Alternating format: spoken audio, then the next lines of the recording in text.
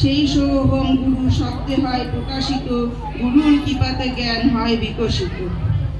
প্রত্যেক শিষ্যকে গৃহে মঙ্গল ঘট অবশ্যই রাখিতে হইবে।